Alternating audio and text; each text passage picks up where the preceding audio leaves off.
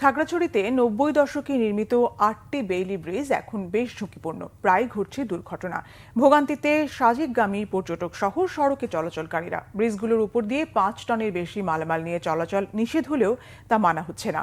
দুর্ঘটনা এড়াতে ও ভোগান্তি লাঘবে পাকা গার্ডার ব্রিজ নির্মাণের দাবি স্থানীয়দের। খাগড়াছড়ির প্রতিনিধি এইচ.এম. প্রফুল্লর তথ্য ও ছবিতে ডেস্ক রিপোর্ট।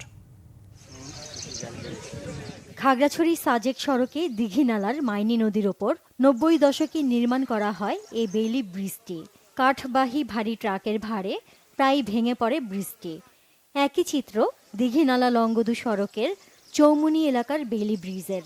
জেলার বিভিন্ন সড়কে এ ধরনের ব্রিজ রয়েছে ৮টি। ১৯৯০ সালে তৈরি করা এসব সেতু এখন বেশ ঝুঁকিপূর্ণ, প্রায় ঘটছে দুর্ঘটনা।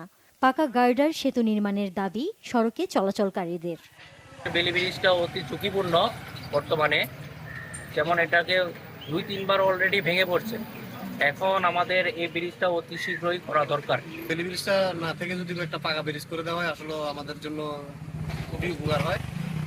কারণ এখানে দেখা যায় রাস্তা ক্রসিং এর সময় গাড়ি অনেক সময় একটার সাথে একটা বেজে যায়, মানুষ ক্ষতিগ্রস্ত হয়। আর প্রায় সময় তো গাড়ি উল্টে যায়, ওই কাছের রোড গাড়ি উঠলে বেইলি ব্রিজটা রোলিং করে, তারপর হচ্ছে একটা গাড়ি আসলে আরেকটা গাড়ি যাইতে পারে না, জামজট প্রায় সময় এখানে জামজট হয়ে যায়। সরকার এগুলো যদি পাকা ব্রিজ করে তাহলে বর্তমানে এখানে ওই পর্যটক হিসেবে দুর্ঘটনা থেকে মানুষ একটু রেহাই পায় এবং রোড গার্ড এবং যোগাযোগ ব্যবস্থা আগের থেকে অনেক উন্নত হবে। সড়ক বিভাগ জানিয়েছে, স্থায়ী ব্রিজ নির্মাণের প্রকল্প প্রক্রিয়াধীন। আমরা একটির ওয়ার্ক অর্ডার অলরেডি দিয়ে দিয়েছি, আরেকটির আপনার রয়েছে, প্রোগ্রাম পাস হয়েছে। আমরা ইতিমধ্যে দরপত্র আবেদনের দিকে যাব।